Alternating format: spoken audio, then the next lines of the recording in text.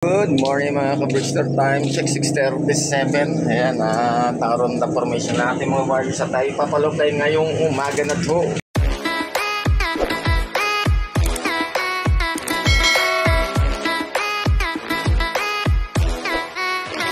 Ayan, nakaiwalay na yung mga flyers to non-flyers. And then update tayo sa nangyaring palopay natin kapo umaga. Grabe.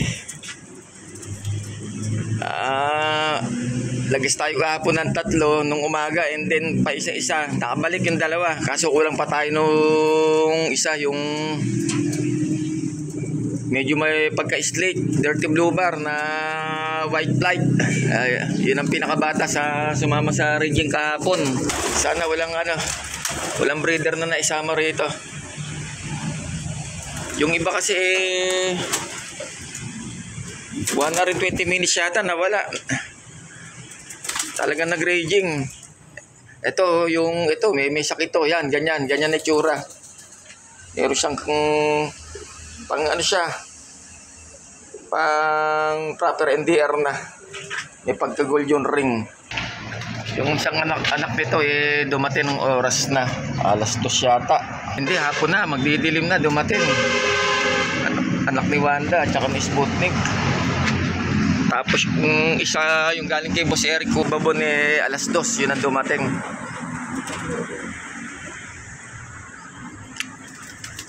Sayang yung kalapati na yun . Ito, baba na yung mga magugulang . Tutuka na rito. Ganyan kasi yan. Tapos and then kakalas na yung mga young bird para mag-raging.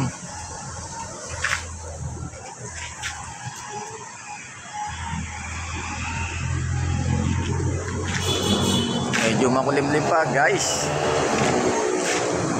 At tayo na nga. Advance Merry Christmas nga pala sa lahat mga ka-Bridgester. Pasko na naman sa buhay natin. Awit. Ayan, Merry Christmas sa aking mga followers, likers, viewers at subscribers. At syempre pa sa aking pamilya, kaibigan at mga mahal sa buhay. Love you all guys. At maraming salamat sa patuloy niyong pagsuporta kay Bridgester. Ayan, pipihit na naman tayo sa panibagong taon. At pag-year 2025 na. Nabuno natin isang taon ng ganun-ganun lang guys. Ayan, nabulabog sila, biglang pumitik. Sana naman makaalala pa yung isang young bird natin na yun. Sayang talaga, bali 2 na. Isang pang summer NDR at saka isang pang proper NDR. Durog ang kabote. Hindi pa man talo na. Ang sisigla ng mga inakay na yun. Talaga naman.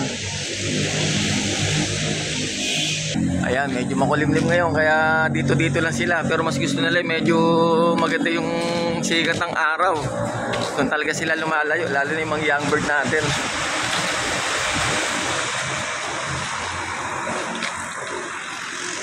Kapo kasi mga around pa 7 na ako nagpaloply and then dumating sila ng oras na. Mag alas 9 na. Ang haba nung lipad na ginawa ng mga inakay, kaya yun. Napalayo, baka na may naisabay na ibang mga galing sa training o sa ere, ayun, nabitbit yung isa natin guys at hindi na nakapihit pabalik at masyadong bata pa nga. Swerte na lang yung 2 nakahabol pa sa pauwian. At saka yung isang blue bar natin na tatay ni Bustot, andito na rin kahapon, nakabalik na rin from Gumaka, Quezon. Yung isa na lang blue bar na pares nung Black Tiger Grizzly ang alapa.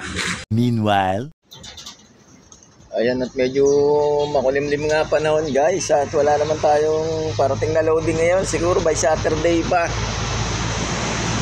Ay lalong mas malungkot ang Pasko ngayon dahil unang Pasko na hindi na namin kasama si Airpods tayo na nga August 17, 2024.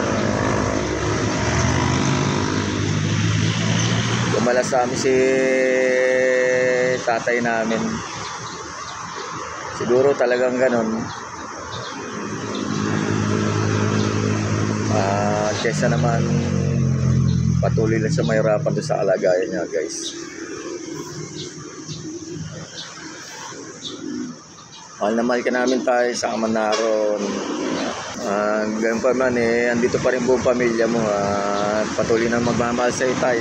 Ewan ko lang kung mamaya o ng lunch or bukas ang dalaw namin kay Airpods dyan sa San Jose Cemetery, Sarmiento. Okay, special mention shoutout dyan sa buong pamilya ko dyan sa Chicago, Kilameros Clang. Ayan, kay kapatid Yubi, sa mga pamilya nila, sa mga pamangkin ko at apo ko dyan, kay James Edward. Okay, kapatid Yubi, kasi lagi dyan yung health mo, ingatan mo kalusugan mo. Ayan, at sa mga bayaw-bayaw ko dyan, kay Joe Lebart, kay Bayaw Gabriel, ayan, sila dyan. Okay, Merry Christmas sa inyo lahat dyan. Si Saya, okay, syempre naman, alam mo na, talagang maraming salamat sa patuloy pong pagsuporta sa amin, sa buong pamilya mo. Maraming salamat. Thank you, Merry Christmas. Ingat ka lagi dyan, kalusugan mo, mga bata, ingatan nyo lahat. A few moments later. Ayun, nagsisimula na bumelo na yan. 2,460 to. Ang lalayo na naman mga loko. Ayan, yan na may mga young bird na kumakalas. Pag nagpapalofly tayo, guys. Pangat na naman sila ng mundo. Mangat na. Yung iba natin dito na mga ito na mabigat to, sa palaran talaga, wala tayong magagawa ron sa ere labanan matuto silang mag-ikot-ikot sa ere. Dadalawa na tayo, isang linggo pa lang ang lumipas sa overfly, sakit sa ulo, kahit anong bantay mo wala rin. Pag minalas-malas ka talaga hindi pa na isasampa sa training, low fly pa lang lusaw na yung mga panlaban mo, guys. Okay, at special mention nga pala sa aking pamangkin na si Edward Garcia Magtibay. Happy birthday, pamangkin. Loves you. Time check 7:13. Ito na. Ito na yung overfly natin kahapon. Ayubi 1 ay gold pala. Talaga naman. Ayun, siya ng clip ring. Pink. Ay, salamat naman. Doon ang galing. Backdoor. Buti na lang pa low fly tayo nakita niya pa rito. Batang-bata pa kasi yan.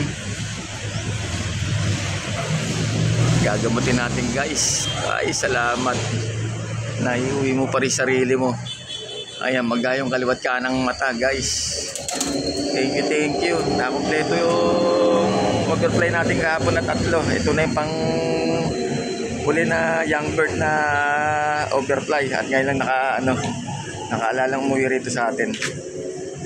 Okay, pasintabi lang sa mga kumakain na siya ay may 1 eye cold. Yung isa na lang, yung mag-iisang linggo na ang wala pa, yung anak ni Jansen at Stappy. Kasi yun, medyo ulanganin na yun. Palagay ko nahuli na yun. Sana nahuli na lang para naalagaan ng iba. Ayan. Thank you. Kahit pa paano nakakalala pa yung mga alaga natin kahit batang-bata pa. Tigas kasi ulo, biglang sasama sa raging Ayan, tuloy. Gutom ka, 5 minutes later. Okay, sige po at hanggang sa muli at abangan mas susunod na kabanata dito sa Brickster Slope Adventure TV. Pa-like, subscribe, share, mag-comment na lang po sa aking YouTube channel at sa aking FB page, Brickster Slope Adventure TV, at pakipollow na rin po ako sa aking Reels. Merry Christmas mula kay Brickster Slope Adventure TV. Love you all. Ingat po tayong lahat. I love it.